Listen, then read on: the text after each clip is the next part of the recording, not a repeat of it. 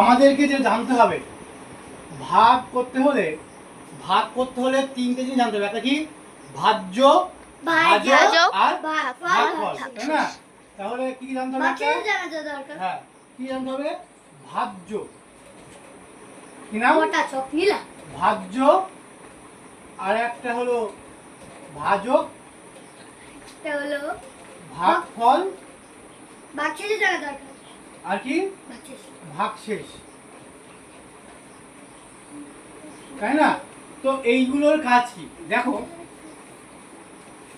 মন দিয়ে দেখো। আমি যখন ছোট ছিলাম তখন আমার মাস্টারমশাই এটা শিখিয়েছিল, আমি শুধু ভুলে যেতাম এই ভাজ্য আর ভাজক এই দুটো কোথায় বসবে আমি ভুলে যেতাম।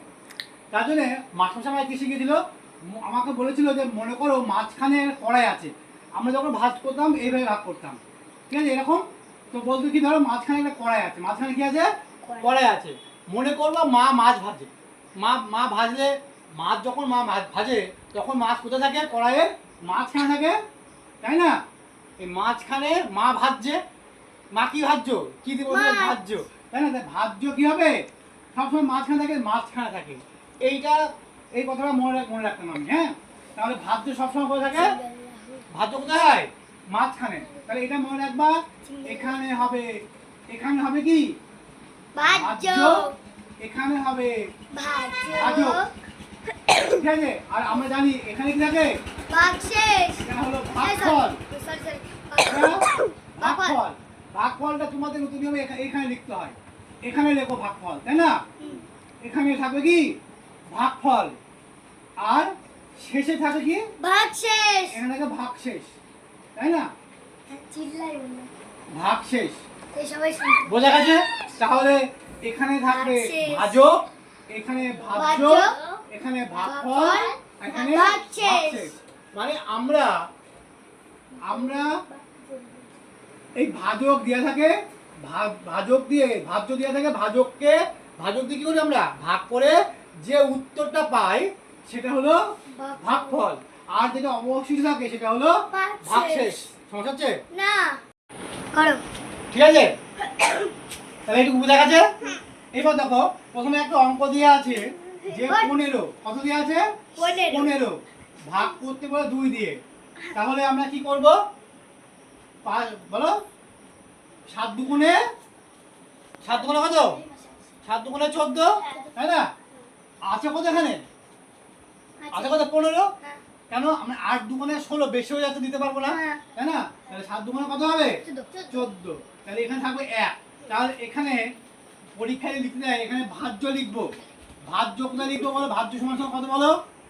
ভাজ্য সমান কত? ভাজ্য সমান কত? 15।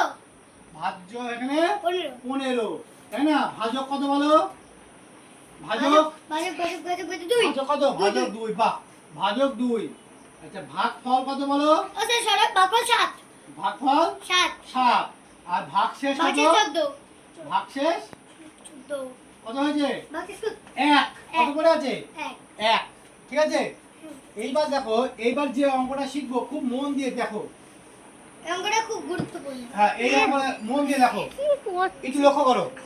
এই অঙ্কটা কত আছে? 5, তাই না? 51। খুব মন দিয়ে দেখো এই অঙ্কটা। বুঝতে না পারলে আমাকে বলবা বুঝতে পারছি না। এই দেখাও কি করে করতে হয়। 5 এর 5 কি করে করতে হয়? 5 এর 5, তাই না? এখানে 1 নামলো। এবার প্রশ্ন যে তাহলে তো অঙ্ক হয়ে গেল। এক তো একাধিক ছোট, কিন্তু না, এইটা মনে রাখতে হবে, যদি এইখানে এই সংখ্যাটা যদি এই ভাজকের থেকে ভাজ্যর এককের সংখ্যা, ভাজকের সংখ্যা যদি ছোট হয়, তাহলে এখানে একটা শূন্য দিতে হয়, আর এখানে কত হয়? এখানেও শূন্য দিতে হয়। কি বললাম বুঝেছো? আর 1 নিচে নামবে। তাহলে এইটা ভাগশেষ। তাহলে কি লিখবো আমরা? এখানে কি লিখবো বলো? ভাজ্য সময় কত? ভাজ্য এখানে কত না? ভাজক কত? 5। আর ভাগশেষ কত? ভাগ আর ভাগফল লিখা আগে। হ্যাঁ, ভাগফল কত? 10। আর ভাগশেষ 1। বোঝা গেছে? চলো চলো।